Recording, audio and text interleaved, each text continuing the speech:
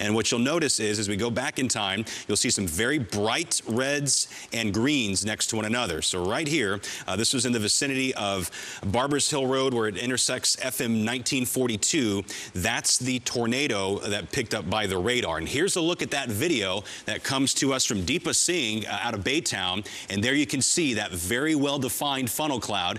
We saw a lot of these during Hurricane Harvey, these tropical funnels. Usually the clouds hang very low to the ground, and you see these wide bases, and then a short funnel comes down.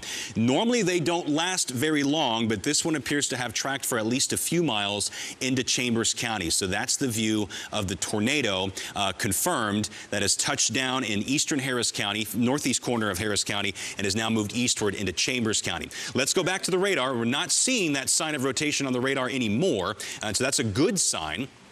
But the tornado warning continues until 5:45 p.m. Anahuac, this potentially could be impacting you. And even if the tornado has gone back up into the cloud, a new rotation could possibly develop. Meanwhile, a different problem now beginning to develop across Houston and Harris County. We have some pretty heavy training thunderstorms that have popped up, and these storms are tracking off in a west to east direction. And so they're throwing down rain at a pretty